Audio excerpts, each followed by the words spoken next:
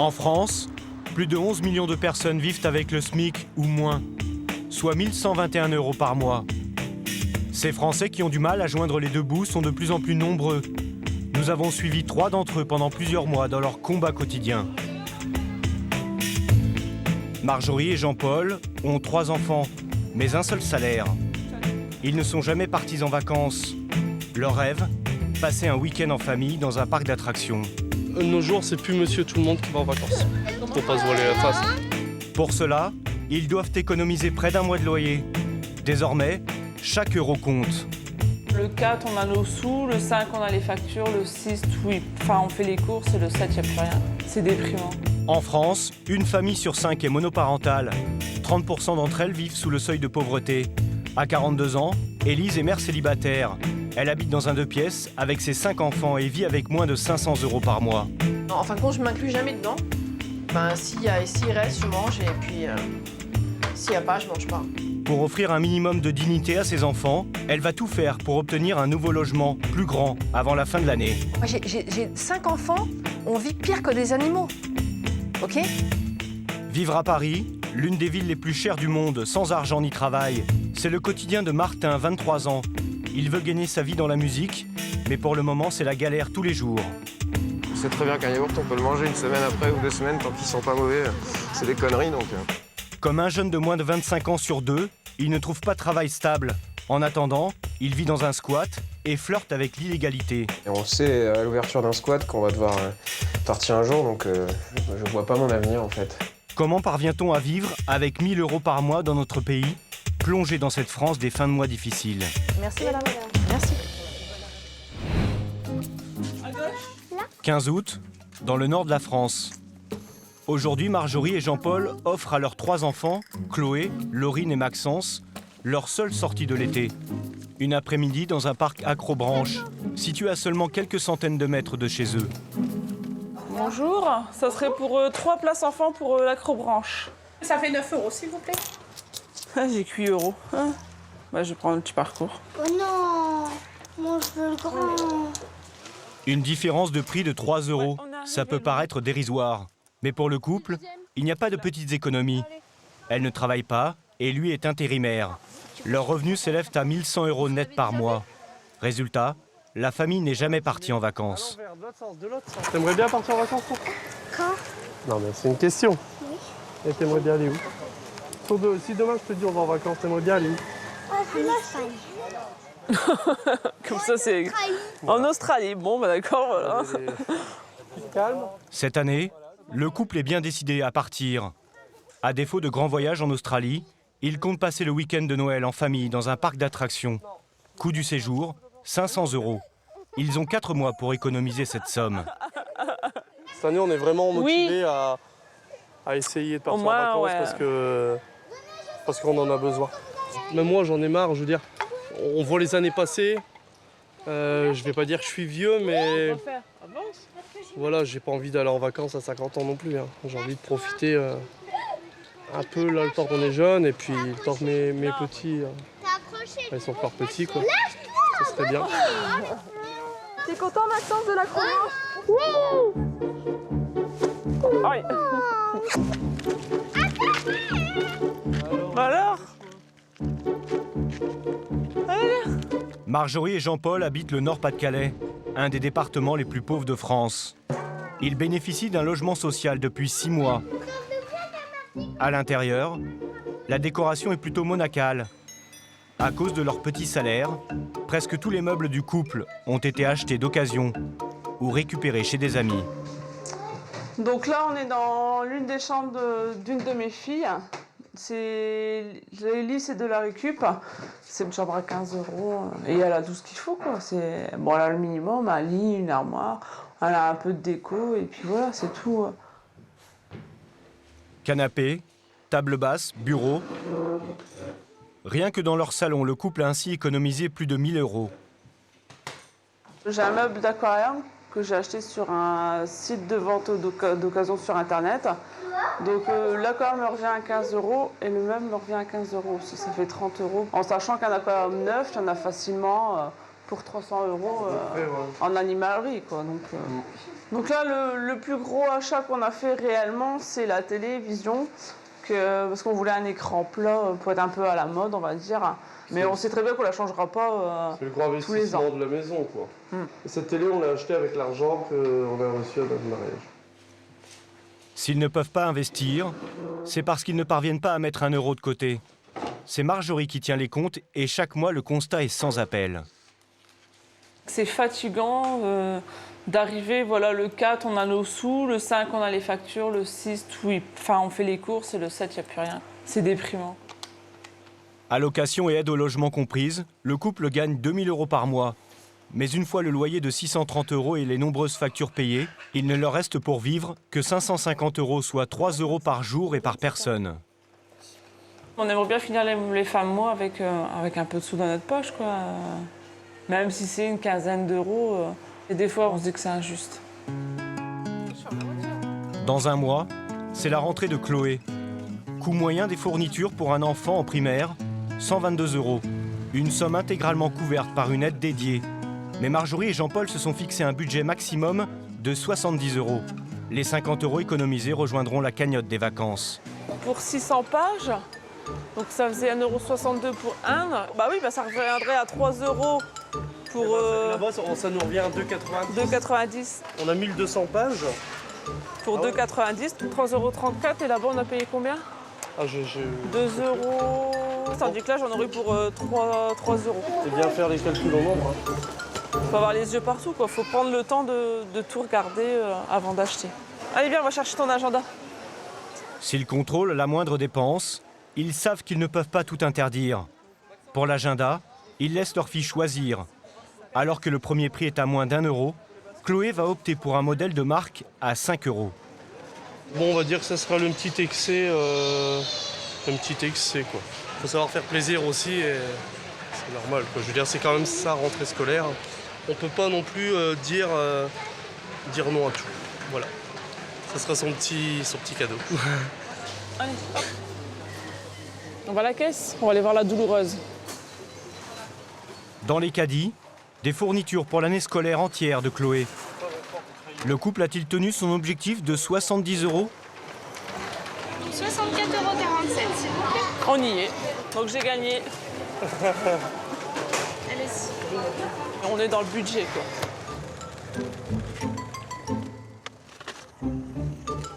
Vous montez dans la voiture, les loulous?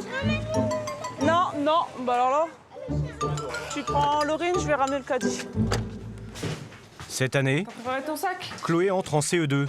Elle a tout juste 8 ans. Pourtant, à l'école, c'est déjà la dictature de la mode. Marjorie refuse que sa fille ne souffre trop de leurs difficultés financières. Alors, elle a exceptionnellement cédé et accepté de lui acheter un cartable de marque. Les enfants entre eux sont plus ou moins méchants, donc bon là c'est la mode. Bon bah comme toutes les petites filles, elles aiment bien être à la mode aussi, donc bon. Le cartable et l'agenda de marque ont déjà largement entaillé le budget mensuel. Alors pour ses cahiers, Chloé n'a pas le choix. Elle va devoir les décorer elle-même. Mais pour faire des économies, Marjorie ne s'arrête pas là. Elle a généralisé le fait maison. Pain, yaourt, lessive. Tout y passe, même les produits les plus inattendus. On dirait que je fais un gâteau, mais non, je fais un après-shampoing pour les cheveux. Donc avec un jaune d'œuf et puis un petit peu de miel. Ça revient beaucoup moins cher que si j'achetais la bouteille directement en magasin. Il y avait un après-shampoing à Chloé. Un démêlant à l'œuf pour remplacer le classique à la pomme. Hop. Pas vraiment du goût de la jeune cobaye. Tu mets ta tête en arrière. C'est froid. C'est pas grave. Arrête. C'est dégueulasse, arrête. Mais non, c'est pas Oui, dégueulasse.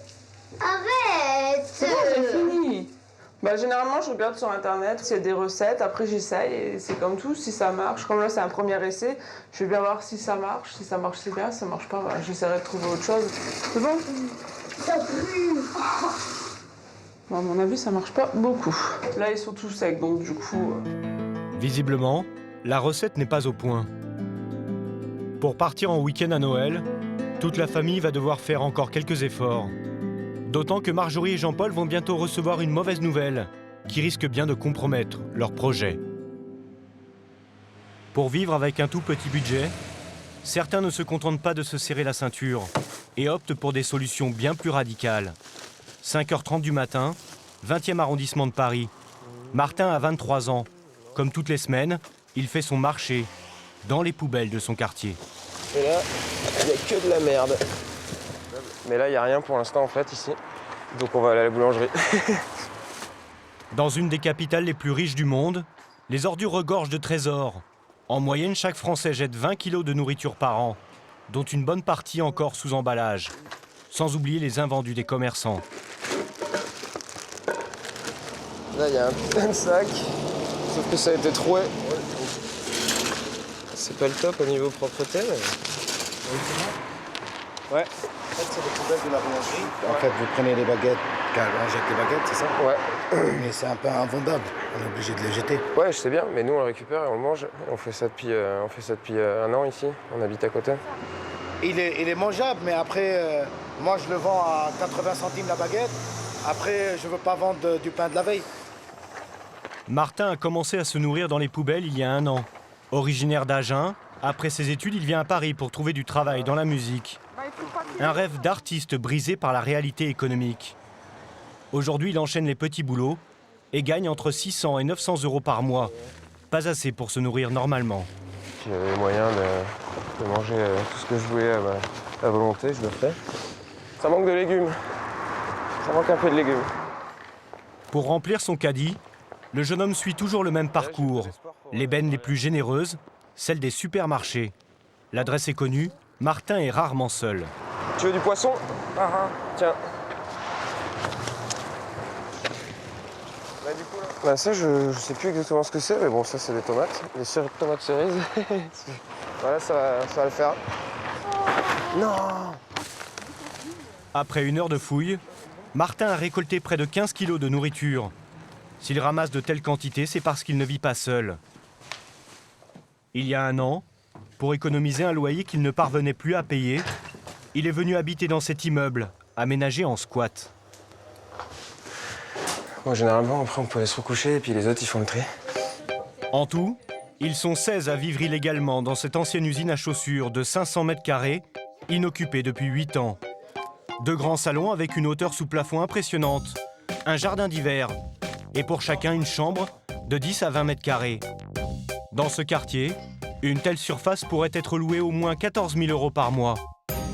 Dans la communauté, des jeunes comme Martin, mais aussi des parents avec leurs enfants. Par nécessité, tous ont été obligés de faire de la récup un mode de vie. Salut. C'est le système squat, la vie en communauté qui a fait faire des choses comme ça, mais bien sûr, si j'avais le budget, je pense que je ferais moins de récup. Puis si j'avais le budget, je serais peut-être pas en squat, et puis, enfin, bref. Ah, on a des souris aussi, donc faut faire attention. On a créé cette chose. Avec sa récolte du matin, les squatteurs devraient avoir de quoi manger pendant 3 jours. En arrivant ici, Martin pensait qu'il s'agissait d'une solution provisoire pour sortir de la galère. Mais il s'est progressivement habitué à ce mode de vie précaire. Voilà, ça c'est ma chambre. J'ai perdu successivement des boulots qui ne me permettaient pas de toute façon de vivre correctement et de me payer un loyer. Donc j'ai travaillé dans une fromagerie pendant 4 mois l'année dernière. Et j'ai fait les vendanges en septembre parce que j'avais pas de boulot dans tous les cas, donc il me fallait de l'argent. Donc voilà, je fonce, je saisis les opportunités quand elles viennent, quoi. Combien de loyer payez-vous avant 500 € pour 11 mètres carrés. Mais à Paris, avec le prix du loyer, c'est mort, quoi, avec un SMIC. Du coup, j'ai pas un train de vie comme un Parisien typique, on va dire, au niveau sortie, mais ça m'empêche pas de faire la fête autrement, quoi, que d'aller dans les bars et de payer 10 € une bière, quoi. Quand les fins de mois sont trop difficiles, Martin peut compter sur l'aide de ses parents. Ils ne veulent pas juger leur fils, mais craignent pour son avenir. Pour un squat, c'est un tas de toxicos dans la poussière, des choses comme ça, comme tout le monde à ses idées du squat. Mais effectivement, vu que c'est pas du long terme, le squat c'est jamais long terme, ben, c'est précaire, donc c'est normal pour un parent, je pense, de s'inquiéter d'un enfant qui est en squat.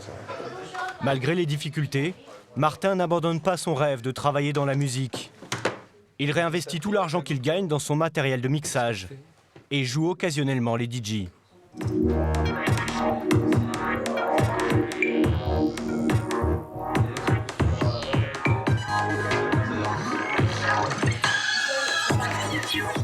En attendant de vivre de sa passion, Martin a transformé sa nécessité d'habiter dans ce squat en philosophie, comme les autres membres de la communauté. Ici, tout le monde partage tout, même la garde-robe. Mais ça, c'est pas pour avoir chaud, c'est pour être beau. Elle est trop bien celle-là. Celle-là, elle est classe, mais voilà. Vous l'avez trouvé? Je pense que je vais pouvoir aller chercher du travail. Là. Mais il est sexy en diable. Ces vêtements leur ont été donnés ou récupérés gratuitement dans des friperies. Ils ne sont pas à la pointe de la tendance, mais représentent une économie conséquente pour Martin. Ça me rappelle un petit peu mes vacances à Chamonix en 97. Pour lui, les vacances d'hiver ne sont plus qu'un rêve. Comme tous ses colocataires, il a dû faire une croix sur ses loisirs. Ce midi, il déguste avec eux les fruits de sa chasse matinale. Sauce soja pâte, ouais, ça devrait le faire. Dans leurs assiettes, coquillettes et nems au tofu, périmés bien sûr. Ils ont un goût de merde? Dans le squat, les menus sont souvent originaux et les surprises gastronomiques pas toujours agréables. Un goût venu d'ailleurs.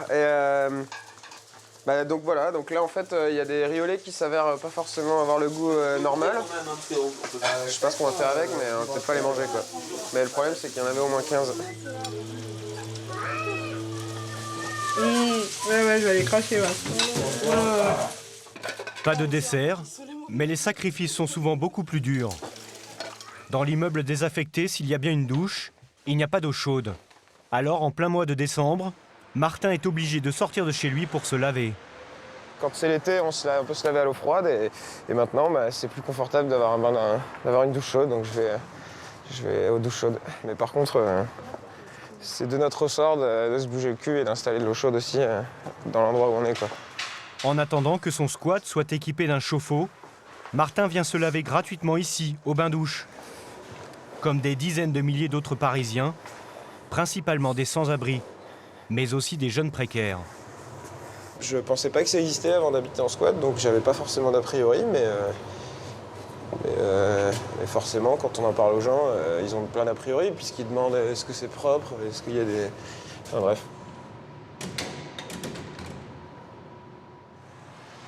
De retour chez lui, l'ambiance va très vite le refroidir.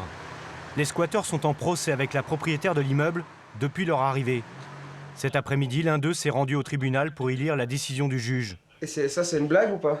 La sentence est tombée, c'est l'expulsion. Non, ça fait... Pour l'occupation illégale des lieux, la justice leur demande 54 000 € de dédommagement. La communauté va faire appel pour ne pas avoir à payer. Mais leurs chances sont infimes, et quoi qu'il arrive, ils vont devoir plier bagages. D'accord. Bon bah à tout à l'heure alors. Putain, c'est moche. Bon. C'est moche. Bon, c'est moche, mais voilà, ouais. Il y a un huissier qui va venir et qui va nous donner la date de l'expulsion. Vous vous attendiez à ça? Ouais, mais pas sous cette forme, quoi. Si c'est dans 3 mois, bon, on se laisse un mois pour chercher. Si c'est dans 3 semaines, il faut faire ça dans les 3-4 jours. Trouver des espaces comme ça va pas être facile pour tout le monde. Pas de trêve hivernale pour les squatteurs. Martin risque de devoir déménager en urgence et passer la fin de la saison dans la rue. Les difficultés liées au logement sont une des premières sources de précarité. Dans toutes les grandes villes de France, les prix des loyers s'envolent. Hors HLM, un locataire sur 5 consacre ainsi plus de 40% de ses revenus pour se loger. 12e arrondissement de Paris. À 42 ans, Élise est mère célibataire. Il y a 10 ans, quand elle emménage dans ce logement social avec son nouveau compagnon, elle est maman de 2 enfants. Au fil du temps, la famille s'agrandit. Mais le couple bat de l'aile. Il y a 6 ans, c'est la séparation. Élise se retrouve seule à assumer ses 5 enfants et un loyer de 1 000 €. Donc là, c'est l'entrée avec la table où les enfants mangent, les enfants font leurs devoirs, les enfants dessinent ou font des activités. Donc, voilà. C'est la seule table de la maison. C'est la table, bureau, salle à manger. Voilà. Ensuite, c'est le salon. qui à la base est salon séjour, mais je l'ai coupé en deux pour faire la chambre des deux petits. Moi, je dors là, donc dans le salon. C'est difficile d'avoir son intimité dans le salon? Ah ben, on n'a pas d'intimité. On n'a pas d'intimité, on n'a pas de repos. Dès qu'ils sont levés, ben, moi, je suis dans le bruit. J'ai dit, je veux une chambre avec une porte qui ferme. Assise dans un 2 pièces, une promiscuité difficile à vivre pour Élise, mais aussi pour ses enfants. Les deux plus jeunes vivent dans 6 mètres carrés, au milieu du linge de toute la famille. Cette année, la maman est bien décidée à mettre un terme à cette situation. Elle va tout faire pour être relogée avant Noël dans un appartement plus grand et moins cher. Donc là, bon, c'était le lavabo, mais il est cassé depuis 1 an, donc ben, on se lave les dents et les mains dans la baignoire. Voilà. Donc là, c'est la chambre des 3 grands. T'as fait, tu dors où, toi? Bon, en fin de compte, c'est Clotilde qui a le plus grand coin parce qu'elle a un clic-clac vu qu'elle est grande et puis voilà. Elle a quand même fait son petit coin avec ses pin-ups parce qu'elle adore les pin-ups et puis voilà. À tout juste 18 ans, Clotilde est en classe préparatoire littéraire. Des études prestigieuses qui demandent beaucoup de travail. Pas facile quand on partage sa chambre avec des demi-frères et sœurs de 13 et 11 ans. J'essaie d'aller à la bibliothèque le plus possible, sinon j'attends qu'ils dorment et je travaille dans la chambre. C'est impossible de se concentrer dans la journée ici, c'est pas possible. Il y a toujours un pour surgir en criant. Je suis obligée de passer mes nuits réveillée en fait pour travailler, sinon j'ai pas d'autre. Quand ils ronflent pas trop, ça va. Mais... Et pour Élise, impossible de prendre un emploi à temps plein. Payer une garde pour s'occuper de ses enfants pendant ses heures de travail lui coûterait trop cher. Vous allez mettre la table pour déjeuner, là. Avec 700 € d'APL et 800 € d'allocation, une fois le loyer déduit, il ne lui reste que 500 € par mois pour faire vivre sa famille nombreuse. Une somme qui couvre à peine leurs besoins alimentaires. C'est un repas à moins de 10 € pour 5. En fin de compte, je ne m'inclus jamais dedans. S'il reste, je mange et puis s'il n'y a pas, je mange pas. C'est pas grave. Je prends un fruit ou je bois du thé pour me remplir l'estomac. Assieds-toi, Salomon. Clotilde, je te sers? Pourtant, la maman met un point d'honneur à offrir à ses enfants des repas équilibrés, avec protéines et légumes plusieurs fois par semaine. Même si en fin de mois, de toute façon, c'est chaud, Aline. Cela devient très difficile. Ils mangent à leur faim, mais ils vont pas manger des choses qui sont forcément équilibrées, voilà. Ça arrive. Ça arrive où c'est un bout de pain, un bout de fromage, et puis voilà. Je leur explique, tout de manière, je leur dis, hein, tout de manière, il n'y a pas de sous, et il y a ça à manger, il n'y a rien d'autre. C'est complètement la survie. En fin de compte, j'ai l'impression d'être une guerrière dans la jungle urbaine, parce que je me bats tout le temps. Je me bats pour eux, pour qu'ils aillent bien, je me bats pour qu'ils aient à manger, je me bats pour plein de choses, et des fois j'ai envie de poser mon fusil, même s'il y a une fleur au bout, et j'ai envie que ce soit cool, quoi. Mais lâche-le, je vais te le redonner. C'est pas un jouet, c'est un animal vivant, hein. Pour tenir son budget, Élise a une stratégie. Retirer en début de mois tout l'argent de son compte. Le butin est mince, 5 billets de 100 € qu'elle garde précieusement chez elle. Je me suis rendu compte que quand on a des grosses coupures, on a tendance à moins dépenser d'argent, puisqu'on réfléchit à casser un gros billet, que des billets de 10 ou 20, on ne se rend pas compte et on les accumule. Et moi, je demande des grosses coupures, comme ça, on réfléchit plus pour les achats qui ne sont pas prioritaires. Cet après-midi, c'est jour de course pour Élise. Pour faire des économies, première étape, un petit marché de quartier. 2 kg 3,50, 3 kg 5 €. Allez, 2 kg. Ici, ce ne sont pas les fruits et légumes qui l'intéressent. 2 € l'ananas. You have new ones? Yes. This is very good quality. On peut jamais aller au cinéma, c'est trop cher. Donc là, c'est des films, c'est un peu, comment dire, c'est pas très légal, mais voilà. Sinon, on pourrait jamais aller au cinéma. Moi, j'aime bien, les enfants aiment bien les films, les nouveautés, tout ça. Donc ça nous permet de rester au courant de l'actualité cinématographique pour pas cher. Donc des fois, ils marchent pas, faut juste les changer, quoi. Mais bon. Pour 2 €, le vendeur propose des films très récents, parfois encore en salle. Bye bye. Vous avez pris quoi? C'est le nouveau film que j'ai vu sur une petite fille qui a abandonné, qui survit en Californie. Ça a l'air pas mal, enfin, il y a bonne critique, on verra bien. Quelques stands plus loin, une autre bonne affaire, cette fois parfaitement légale. D'anciennes collections de sous-vêtements de grandes marques, Alors ici, il y a toujours des bons plans, c'est super. vendues à prix cassé. Des caleçons de marque, voilà. Comme ils voient à la télé sur leur sportif préféré. À combien ils sont, le caleçon, là? 1,50 €. Franchement, faut pas s'en priver. 4,50, les 3 super caleçons, donc ça vaut grave le coup. Dans le commerce, j'en aurais eu au moins pour 30 € le 4,50 €. La deuxième étape des courses est plus difficile à vivre pour cette mère de famille. Elle se rend au Resto du Cœur. Une nécessité qu'elle a du mal à accepter. C'est affronter sa réalité. Oui, c'est difficile. J'ai pas envie de le crier sur tous les toits, mais bien sûr, c'est difficile. On lui a dit bonjour, il a... Mais c'est aussi votre loyer qui fait que vous êtes... Ah bah oui, ça plombe tout. Ça plombe la bouffe, ça plombe s'habiller, ça plombe se soigner. J'aurais un loyer beaucoup moins cher. On vivrait mieux, on n'aurait pas tous ces soucis-là. En hiver, les antennes des Restos du Cœur ne désemplissent pas. Cette année, l'association a distribué 115 millions de repas, soit 13 fois plus qu'à sa création, il y a 27 ans. Parmi les bénéficiaires, de plus en plus de mères célibataires comme Élise, qui ont du mal à nourrir leur famille. Alors vous avez droit à 2 paquets au choix. Pâtes, riz ou couscous? Alors couscous et pâtes, s'il vous plaît, madame. Alors couscous et pâtes, hein. Voilà. Elle récupère des produits alimentaires de base, féculents, lait, conserves, de quoi tenir une semaine. Mais aussi exceptionnellement à l'approche des fêtes, des cadeaux pour ses enfants. Et aujourd'hui, une autre bonne surprise l'attend. Derrière, il y a la liste des coiffeurs Paris-Banlieue qui acceptent donc de donner des coupes gratuites. Et ça tombe bien quand c'est des fêtes. Ah ouais. Vous en voulez un peu? Je veux bien parce que ça fait longtemps que j'ai pas été chez le coiffeur. Je vais jamais quoi. Pas de coiffeur, pas d'esthéticienne. Puis j'adore qu'on me touche les cheveux. Donc. Et là, ils ont besoin d'être raccourcis un peu parce qu'ils sont abîmés. Ah oui, c'est un beau cadeau.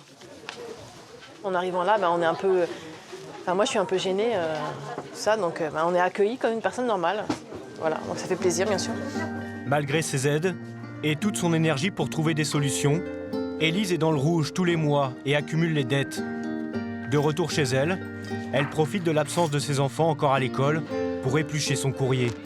Exclusivement des factures et des rappels de paiement. J'ai un retard de loyer de 1 440 €. La cantine, je ne peux plus la régler, donc j'ai pratiquement 300 € d'arriérés, 222 € d'EDF, voilà. Là, je sais que je le mets de côté, voilà, ça va dans la pile, j'ai pas de solution. J'ai pas de solution, ça me ruine juste le moral, quoi. Je fais le minimum vital, moi, je m'occupe de mes enfants et je fais comme s'il n'y avait pas de facture et pas de loyer, voilà. Même si je sais, j'oublie pas. Mais voilà, je fais comme si de rien n'était. Je fais semblant. Faire semblant et oublier la réalité. Depuis des années, Élise a abandonné toute démarche administrative, laissant sa situation s'aggraver. Une attitude de déni qui lui coûte cher aujourd'hui. Oui, bonjour, j'aimerais avoir Madame Ghislaine, s'il vous plaît. C'est moi. Et je vous rappelais pour reprendre un nouveau rendez-vous, si c'était possible. Pour inverser le cours des choses, elle a décidé de reprendre contact avec l'organisme de gestion des logements sociaux. Ses arriérés de loyer ne s'élèvent qu'à 1 400 €. Elle espère les sensibiliser à son cas et être enfin relogée. Mais ses espoirs vont être anéantis. Par contre, j'ai plus du tout la main sur votre dossier parce que votre dossier a été transmis au contentieux qui fait du montant de la dette. En fait, c'est le début de la procédure d'expulsion. D'accord. Si j'avais pas un loyer de 1 000 €, je serais pas en impayé. Chez vous, là, je pourrais régler mon loyer. Moi, j'ai 5 enfants, on vit pire que des animaux. OK? Alors, non, mais vous comprenez, mais moi, je vais tenir jusqu'à quand, madame? Mes enfants, ils vont tenir jusqu'à quand? Moi, j'ai aucun pouvoir sur tout ça. Je voudrais être fière, je voudrais arriver à payer mon loyer, madame. Mais plus vous me laissez là, plus ça va pourrir. D'accord. Merci. De rien. Au revoir. Au revoir.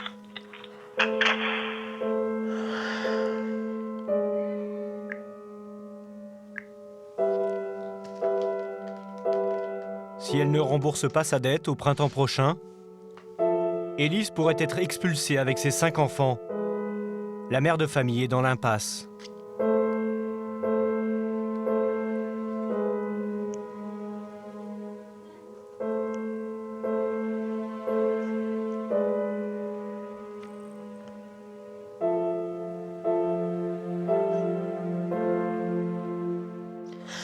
Tu peux arrêter de filmer, s'il te plaît. La logique, ce serait que je sois déménagée et de pouvoir régulariser mon loyer. Donc tant qu'il me laisse là, ça se bloque. Mais Élise ne compte pas baisser les bras. Pour faire avancer son dossier, elle va tenter dans 2 jours le tout pour le tout. Aller interpeller directement la maire de son arrondissement. Pour tous les Français dont les revenus sont inférieurs au SMIC, le quotidien repose sur un équilibre budgétaire fragile, où chaque euro compte.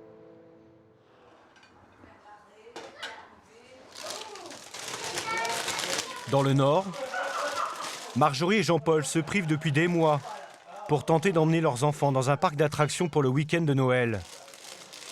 Même pour les grandes occasions, ils ne s'autorisent aucun plaisir. Ce soir, ils reçoivent des amis pour leurs 5 ans de mariage. Pourtant, au menu, ce sera seulement chips et graissins.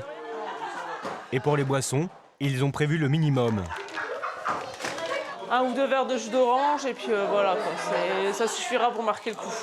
Pas d'alcool ce soir? Non, pas d'alcool. Pourquoi? Parce que ça revient cher. Bon, là, j'ai des amis qui ont ramené une bouteille de bière, mais ça sera léger, quoi. C'est du jus d'orange. C'est du jus d'orange, il est bon celui-là. C'est vrai, sans alcool? Bah oui. Moi, je bois de l'eau. Hein. Et même sans alcool, lorsque la conversation touche au sujet sensible, les esprits s'échauffent vite. Si le cours de la ville arrêtait d'augmenter... Là, oui, je suis d'accord. Ah bah ouais, ça Mes parents m'ont toujours bien élevé, j'ai toujours eu ce que je voulais. Il y a avec toujours 10 000 eu à francs, manger dans 10 000 l'assiette. francs. Voilà. Aujourd'hui, 1 500 €, tu fais plus rien. même avec 1 500 €, on s'en sort pas. Pourquoi? Parce que la société, elle augmente tout, mais elle augmente pas les salaires. Attention parce que... Mais pas question pour la bande d'amis de s'apitoyer sur son sort. Ils comptent bien profiter de la fête. Et pour ça, ils ont une méthode qui marche à tous les coups. Revêtir leur costume du carnaval de Dunkerque, auquel ils participent chaque année.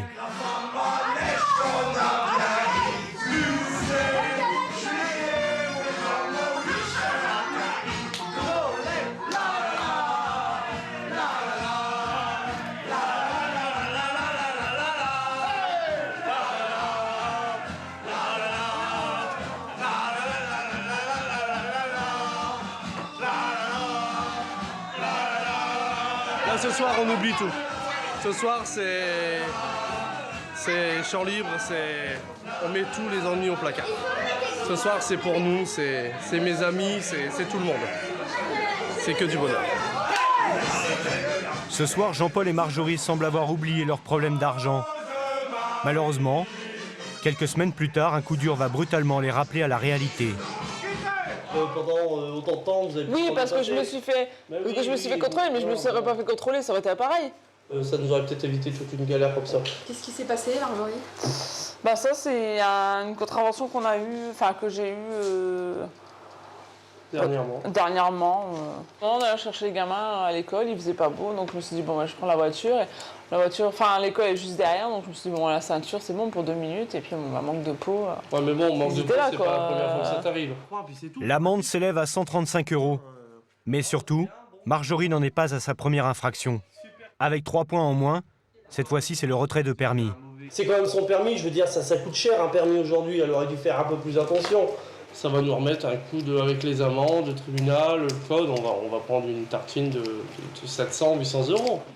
À 2 mois des fêtes de fin d'année, ces frais de 800 € anéantissent tout espoir pour la famille de partir comme prévu en week-end à Noël. Les sacrifices que les parents font depuis des mois n'ont servi à rien. Jean-Paul est très en colère. Ouais, t'aurais pas pu faire attention, hein. Et la ceinture, la prochaine fois, je pense que tu sauras maintenant. Oui. Oui, non mais tu rigoles là, mais bah non, je rigole j'ai pas. pas trop envie de rigoler, la vérité, bah, là, moi ça me fait pas rigoler ça. Bah moi non plus. Ça c'est un budget on n'avait pas besoin de ça. Hein, hein. Ah voilà, elle s'en fout, naturel. Elle nous empêche de partir en week-end, elle nous empêche de partir en vacances, elle nous empêche plein de choses. Mais à la limite, je préfère donner à manger à mes enfants qu'aller dans un parc d'attractions, voilà, c'est tout. On va partir quand même en vacances, donc c'est bon. On partira pas maintenant. Bah au mois de janvier, c'est pareil. On partira pas maintenant, on sait pas en janvier, on n'en sait rien. Ah ouais, bah bon. À chaque coup qu'on prévoit, on a une tuile sur la gueule. Donc non, moi, hors de question, je prévois plus rien. On n'a jamais de chance, nous. Jamais de chance. Non. Il y a une paire d'années en arrière, on devait partir en vacances en Savoie. Tu te souviens de ça? Et qu'est-ce qui s'est passé? Ma voiture qui a lâché. Ah voilà. Voilà, c'est ça les tuiles. C'est au quotidien. Cette fois-ci, tout l'argent économisé par le couple depuis 2 mois va s'envoler en fumée. Marjorie n'a pas le choix, elle doit absolument trouver du travail. Mère au foyer depuis 8 ans, elle va tout reprendre à zéro, à commencer par son CV. Celle-là, bien mais celle-là. Elle est pas mal. Ou celle-là, j'aime bien. Bon allez, mets quelque chose de sérieux. Non, allez, sans déconner. On met celle-là, on s'en fout. Allez. Ouais. Ouais, mais là, ça fait tache à côté. De quoi la tâche? Bah non, mais là, ça fait un blanc. On voit qu'elle a jamais fait grand-chose. J'ai pas beaucoup travaillé, mais j'ai toujours bien travaillé. C'est vrai. Bon, tu me l'imprimes? Se remettre sur le marché du travail ne fait pas peur à Marjorie, bien au contraire. Elle veut même voir cette obligation comme une opportunité personnelle. J'ai toujours voulu m'occuper des enfants d'abord. Bon, bah, maintenant que les jumeaux sont grands, qu'ils sont autonomes, bon, bah, je me dis que je peux penser un peu plus à moi, quoi. J'ai pas besoin de ça pour être fier d'elle. Bon, c'est sûr. Marjorie espère trouver au moins un temps partiel. Si elle n'y parvient pas, ses enfants devront définitivement faire une croix sur leur premier week-end de Noël, hors de chez eux. Martin lui espère simplement avoir un toit pour passer l'hiver. La menace d'expulsion pèse toujours sur sa tête et celle de ses 15 colocataires.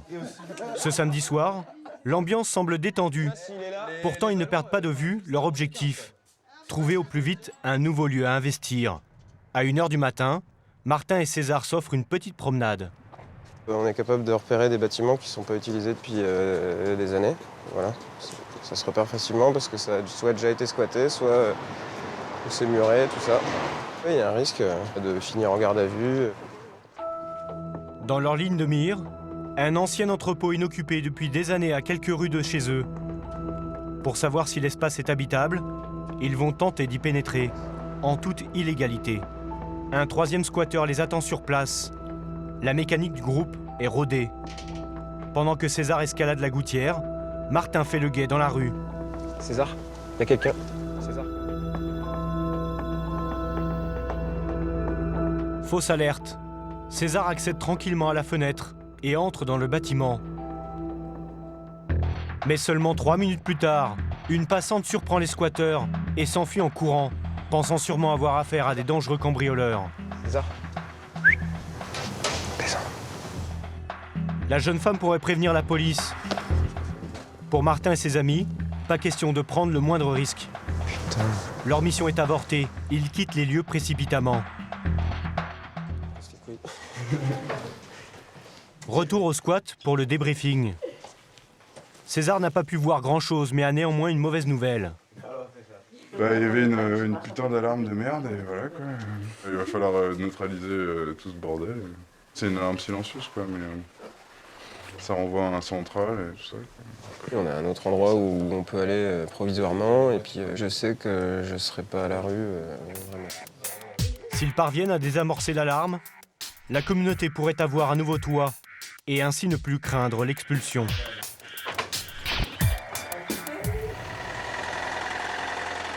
Quelques jours plus tard, alors que la température frise le zéro, Martin repart en mission, beaucoup moins risquée cette fois. Maintenant, on va récupérer le fameux chauffe-eau gratuitement chez le beau-père d'une amie. C'est quelqu'un qui s'en sert plus et donc qui échauffe, qui se sert du gaz maintenant. Donc, ça nous permet d'économiser environ 150 €. Messieurs, bonjour. Bonjour. Comment allez-vous? Vous venez pour le chauffe-eau? Bien sûr. C'est bien. Donc, il se trouve dans le garage. Il est beau le chauffe-eau. Donc, c'est un cumulus électrique qui permet d'avoir de l'eau chaude dans la salle de bain. Ok. Ben...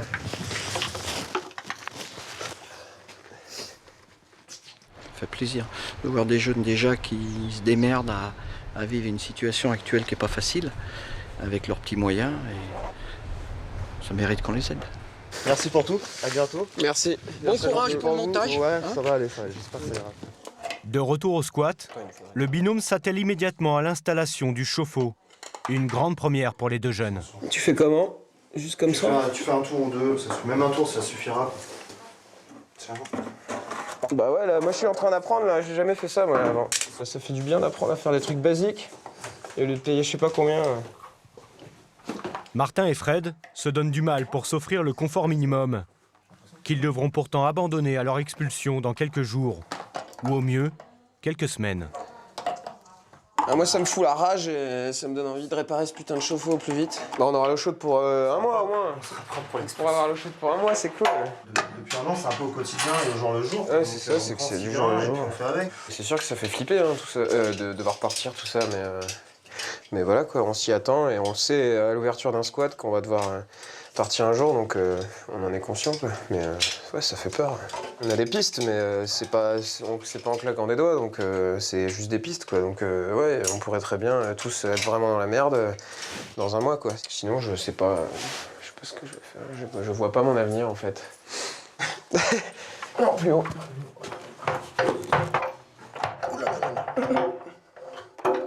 Tu me dis? Bon, ça c'est fait. Bon, on branche? Son secteur pour voir? Non. Pourquoi? Je sais pas. Et ben voilà, c'est parti. En fait, elle est chaude, elle est même bouillante. Des douches chaudes tous les matins devraient adoucir le quotidien de Martin et lui faire oublier un peu sa précarité. Maintenant, il espère trouver enfin un travail dans le milieu de la musique.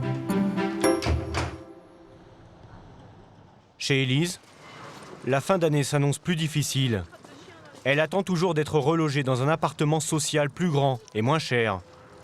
En attendant, elle se bat pour offrir à ses enfants une vie décente, avec quelques loisirs. Une fois par semaine, elle les accompagne à leurs cours de rugby. Le rugby, c'est vraiment la base que je veux pas arrêter, quoi. Je peux passer sur plein de choses, mais pour moi, c'est important que les enfants aient une activité sportive, qu'ils choisissent, qu'ils apprécient, et c'est un truc sur lequel je passe pas. On va descendre, les garçons. Vous avancez? J'ai la clé, je vais au vestiaire, moi. Alors que Nesta et Salomon rejoignent leur groupe, Élise gagne les vestiaires pour troquer sa jupe contre un jogging. Gagnée par la passion de ses enfants, depuis septembre, elle est devenue coach bénévole pour les plus jeunes du club. Allez, levez, Jules, lève! Levez les genoux, Louis Roy, lève les genoux! Augustin! Allez, jusqu'à moi! Allez! C'est bien. Apprendra à rentrer dans le sac bien, là-bas. Boum! Bon! Comment vous vous sentez là, Élise? Bah bien, ça va. Ouais. Je m'éclate, quoi. Je suis bien, je suis moi, je m'amuse, je prends du bon temps et bien sûr, on oublie complètement les soucis du quotidien. Ils sont restés à l'appart. Enfermés. Cool. Quelqu'un veut trouver. Super. Allez, jusqu'au bout, là. Grâce au rugby, Élise retrouve un peu de sérénité. Car depuis 5 ans, la maman est très en colère. Lors d'une manifestation publique, la maire de son arrondissement lui avait fait une promesse qu'elle n'a jamais tenue. Elle a promis à mes enfants qu'elle allait nous trouver un logement et à chaque fois, quand on se croisait, il n'y avait rien. Elle m'avait envoyé un courrier, je ne l'avais jamais reçu. Donc j'aime pas le mensonge et je veux savoir où ça en est. Ce soir, accompagnée de son fils Nesta, Élise a décidé de tenter le tout pour faire bouger les choses. Elle veut profiter d'un conseil municipal pour approcher directement la maire et lui rappeler sa promesse. 23h, le conseil se termine. Avance, Nesta, vas-y. Élise tente de se frayer un chemin jusqu'à la mer, mais en quelques secondes, celle-ci disparaît dans le flot de conseillers et d'agents de sécurité. Notre journaliste est rapidement invité à quitter les lieux. Désespérée, Élise prend à partie une des adjointes. Regardez, il y a un petit garçon là qui a un logement qui est pas correct. On lui dit devrait être couché. Donnez-lui un logement. Quel appartement j'ai refusé? J'ai aucune nouvelle depuis 5 ans et demi. On a promis à un enfant un logement, on ment pas à un enfant. Dans ce cas-là, on dit peut-être. Vous êtes des menteurs de toute manière, un conseil de menteurs. Vous en avez rien à foutre des gens. Aucune communication, puis maintenant on me reproche d'avoir refusé des logements. Enfin, un truc de malade, quoi. Non, on m'a jamais proposé de logement. Je suis dégoûtée, pire que dégoûtée. C'est écœurant, parce que quelque part, c'est les seules personnes auxquelles je peux m'adresser, donc je sais pas quoi faire. Allez, viens. Nous avons demandé au cabinet du maire de nous prouver qu'elle avait refusé des logements. En réalité, aucun ne lui a été proposé. La raison ?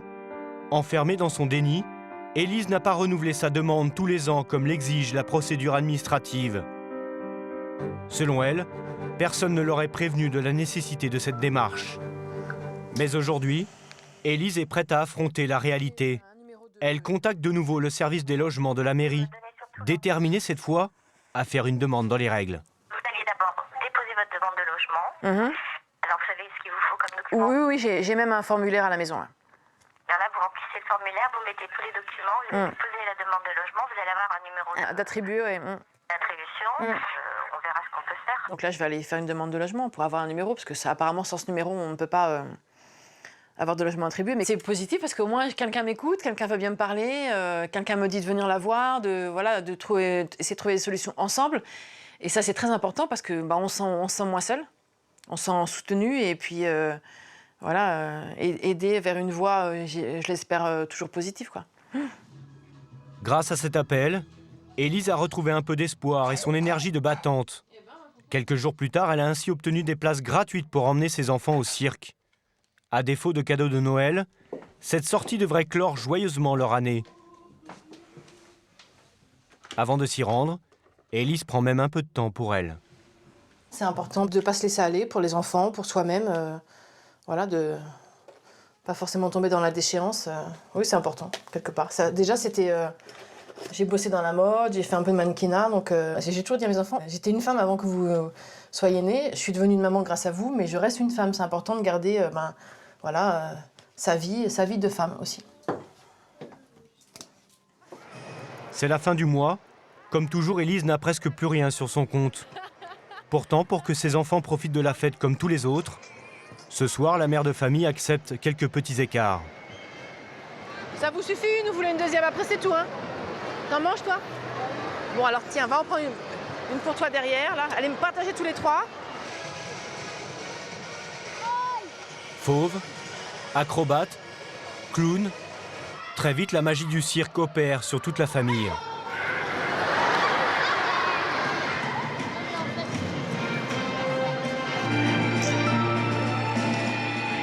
Oui, je suis heureuse. C'est des moments de bonheur et on oublie les soucis et tout ça, quoi.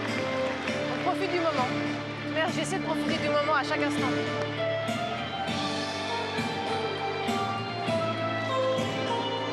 Encore une fois, Élise a réussi à faire oublier à ses enfants leur quotidien difficile.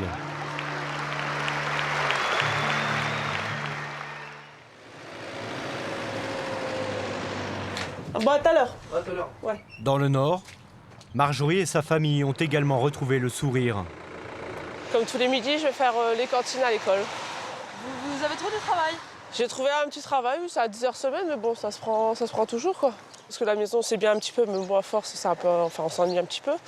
Et plus aussi parce que ça fait un petit revenu pour la maison, quoi. Pour 400 € par mois, Marjorie surveille 10 heures par semaine une dizaine d'enfants de 6 ans durant le déjeuner. Parmi eux, quelques fortes têtes. Là Hugo Théo, ça fait 2 fois, je te mets tout seul, si. Hugo C'est un peu bruyant, mais bon, sinon ça va. Moi, ça me plaît. Aladji ? Grâce à ce complément de revenus, le couple envisage à nouveau d'emmener ses enfants en week-end pour Noël. Mais un mois plus tard, Marjorie et Jean-Paul affrontent une nouvelle épreuve. 5 semaines avant les fêtes, leur projet semble cette fois définitivement compromis.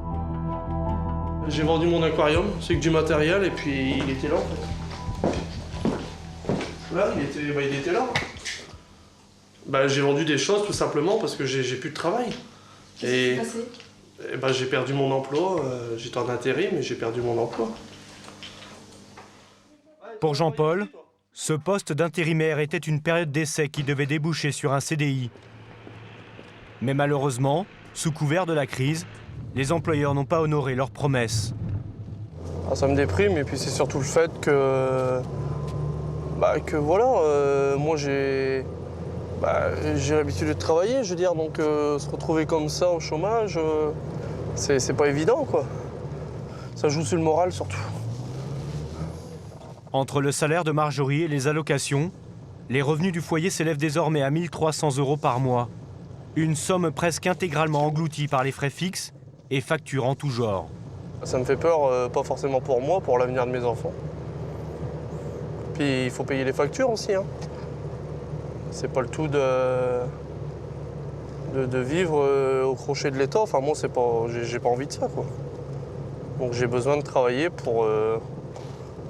on va pas dire pour vivre, parce qu'avec les salaires d'aujourd'hui, j'appelle ça survivre. Jean-Paul le sait, il doit trouver du travail au plus vite. Prêt à accepter n'importe quel poste, il va frapper aux portes de toutes les agences d'intérim de la région. Mais il n'est pas seul. Dans le Nord-Pas-de-Calais, 13% de la population active est au chômage, soit 3% de plus que la moyenne française. Sinon, c'est vraiment calme en ce moment, il n'y a rien de rien. J'ai fait toute la semaine dernière à Dunkerque, c'est triste, hein, c'est triste. Ouais. Mais bon, après, passez quand même, on ne sait jamais si elle a une demande qui correspond à votre profil. Donc, passez lundi matin. Ok, je vous remercie, bon courage. Au revoir. C'est dur, hein, c'est dur. C'est la 6-7e boîte d'intérim que je fais, c'est toujours le même discours. On est en fin d'année, mois de décembre, les fêtes, voilà, c'est... Ils ont rien. Rien de rien, on voit rien, ça, j'en suis persuadé. Hein. Aujourd'hui, il va faire chou blanc. Pour lui et sa femme, plus question de partir. Ils doivent déjà trouver de quoi nourrir leur famille. Mais la veille de Noël, ils ont quand même voulu offrir un peu de rêve à leurs enfants. Marjorie a réussi à obtenir des places pour un spectacle gratuit dans la salle des fêtes de leur ville. Le spectacle, c'est où? C'est là-bas le spectacle. Mettez-vous bien devant. On a fait le maximum pour que les enfants ils puissent avoir quelque chose en fin d'année. C'est le Père Noël, c'est Noël, c'est la magie, quoi. C'est les enfants, enfin c'est pour les enfants. Sur scène, les artistes enchaînent les danses pour le plus grand bonheur des enfants.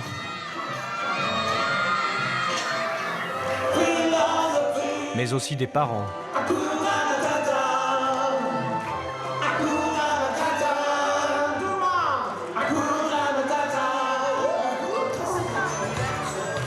Marjorie immortalise l'instant, qui, elle le sait, ne se reproduira pas de sitôt.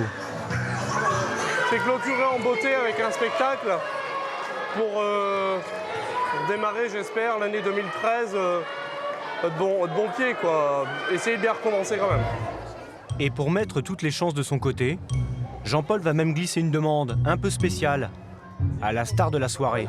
J'ai été sage, Père Noël. Je demande pas grand-chose, Père Noël, je demande un petit travail. Juste une fois qu'un petit salaire raisonnable, Père Noël. Ça va aller? À partir de 3 500 €. D'accord. Mais depuis notre tournage, la situation du couple ne s'est pas améliorée. Si Marjorie continue son mi-temps à la cantine de l'école, Jean-Paul n'a pas encore retrouvé de travail. Dans le squat, aucune date précise d'expulsion n'a été donnée à la communauté. Mais Martin et ses colocataires ont déjà repéré un nouveau lieu qu'ils comptent investir très prochainement. Quant à Élise, elle a repris espoir et constitué un dossier complet de relogement. Mais si elle ne trouve pas un moyen de rembourser sa dette dans les 2 mois, elle pourrait être expulsée avec ses 5 enfants.